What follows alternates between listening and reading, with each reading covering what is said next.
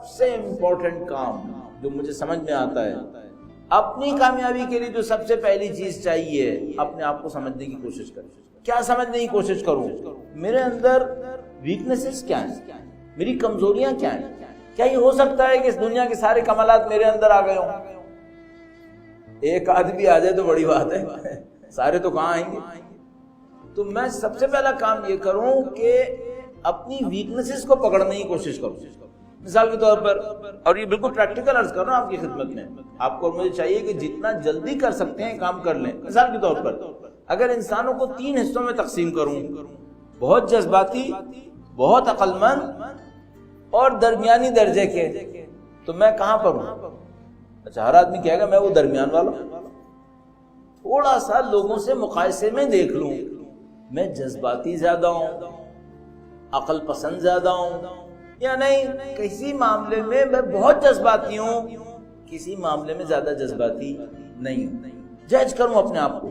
اگر میں یہ سمجھ سکوں کہ میں زیادہ جذباتی آدمی ہوں، زیادہ سوچنے سمجھنے والا آدمی ہوں، اچھا زیادہ سوچنے سمجھنا بری صفت تو نہیں ہے، لیکن میں اس کو ایک اور سینس میں استعمال کرنا چاہ رہا ہوں، وہ یہ کہ ایک آدمی ایسا ہوتا ہے، اس سے کہو یہ کام کرنے کا ہے، ہاں بالکل کرنے کا ہے، کریں، ہاں کرو، ختم، کر ڈالا۔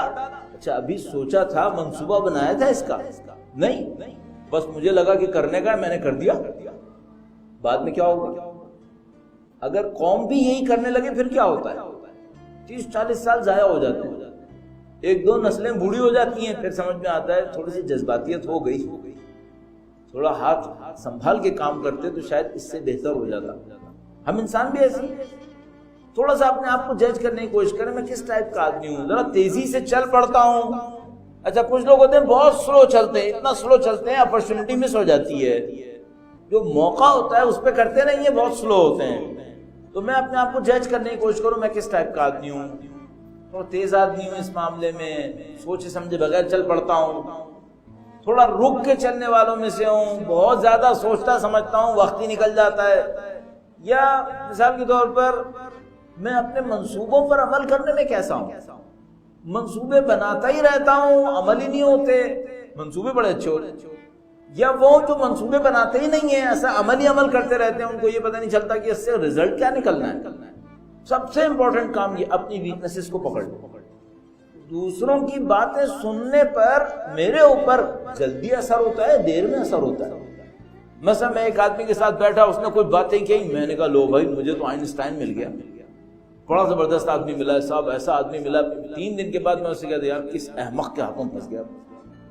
تو پہلے دن مجھے آئنسٹائن کیوں لگ رہا تھا یہ، چلو 1 دفعہ غلطی ہو گئی، 2 دفعہ غلطی ہو گئی، بار بار یہ غلطی کیوں ہوتی ہے؟ تو آج جو میں آپ کی خدمت میں عرض کرنا چاہ رہا ہوں وہ یہ ہے کہ عزیزان محترم، کاموں میں سے ایک کام یہ اپنی ویکنیسز پہچان۔ اچھا یہ جو کمزوریاں پہچاننے کا عمل ہے، اس کے اندر ایک بہت بڑی رکاوٹ ہے جس کو دین ہمیں پہلے دن سے بتاتا ہے کہ بھئی یہ رکاوٹ بہت بڑی رکاوٹ ہے، اس کو آپ لوگوں نے اوورکم کرنا ہے۔ اچھا جو چیز ہمارے لیے جتنی نقصان دہ ہے نا، خدا اس کو اتنا ہی بڑا حرام کہے گا۔ جو چیز ہمارے لیے جتنی خطرناک ہوگی، خدا اس کو اتنا ہی بڑا شیطان کہے گا۔ اب مثال کے طور پر خدا متعال نے جب شیطان کا واقعہ ہمیں سنایا تو شیطان کی کس صفت نے اس کو اللہ کی بارگاہ سے نکلوایا؟ غرور، تکبر۔ تو مثال کے طور پر ہمیں علماء اخلاق نے بتایا کہ جس انسان کے اندر غرور اور تکبر ہوتا ہے اس کی برزخی شکل شیطان کی ہو جاتی ہے، جانور کی بھی نہیں ہوتی، شیطان کی شکل ہو جاتی ہے۔ شیطان کی شکل کیا ہوتی ہے اللہ جانتا ہے۔ یہ تو میں آپ کی خدمت میں عرض کر رہا ہوں، اپنی ویکنس پہچاننے کی انسان کوشش کرے۔ اس کی راہ میں سب سے بڑی رکاوٹ یہی ایروگنس ہے، تکبر ہے۔ انسان کے لیے سخت ترین کاموں میں سے ایک کام اپنے اندر منیخ نکالنا ہے، اور آسان ترین کام کیا ہے؟ دوسرے کے اندر کیڑے نکالنا۔ انسان کے لیے سخت ترین کاموں میں سے ایک کام یہ ہے، اور اس کے اندر جو رکاوٹ ہے وہ شیطان ہے۔ شیطان کی حرکت ہے ایروگنس، غرور، تکبر۔ یہ جو ذات کے اندر کا غرور ہوتا ہے یہ اپنی برائی ڈھونڈنے نہیں دیتا۔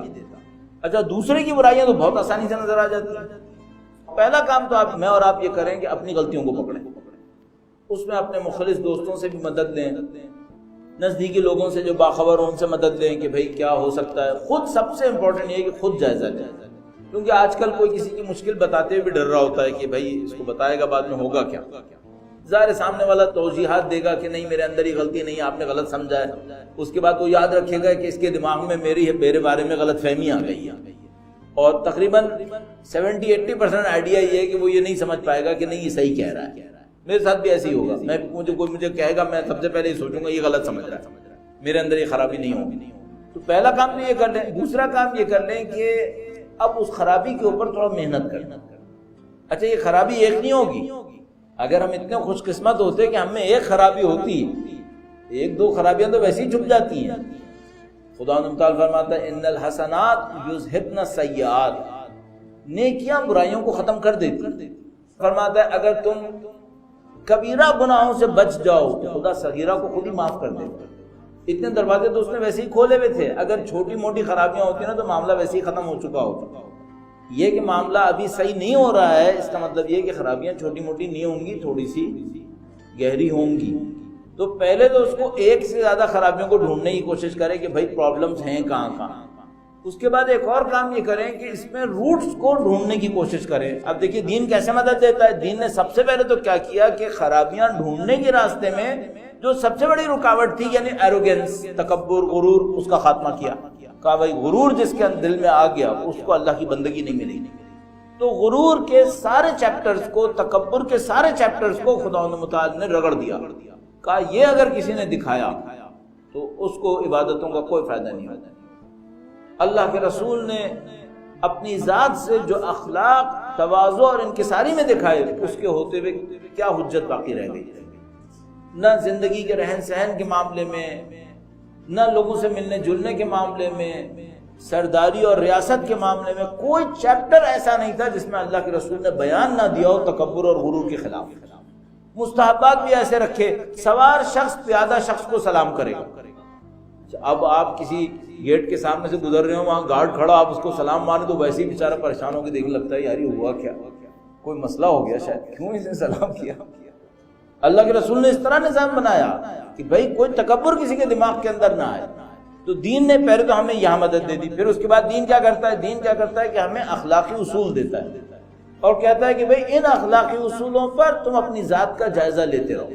اچھا اب تھوڑا سا میں امپلیمنٹ کرنے کے فیز میں ایک دو مثالیں آپ کی خدمت میں عرض کرتا ہوں۔ میں اپنے آپ سے ایک سوال پوچھتا ہوں اور سیریسلی پوچھنے کی کوشش کرتا ہوں، وہ یہ کہ دنیا میں کتنے لوگ ایسے ہیں جو میری غلطی مجھے بتائیں تو مجھے غصہ نہیں آئے گا؟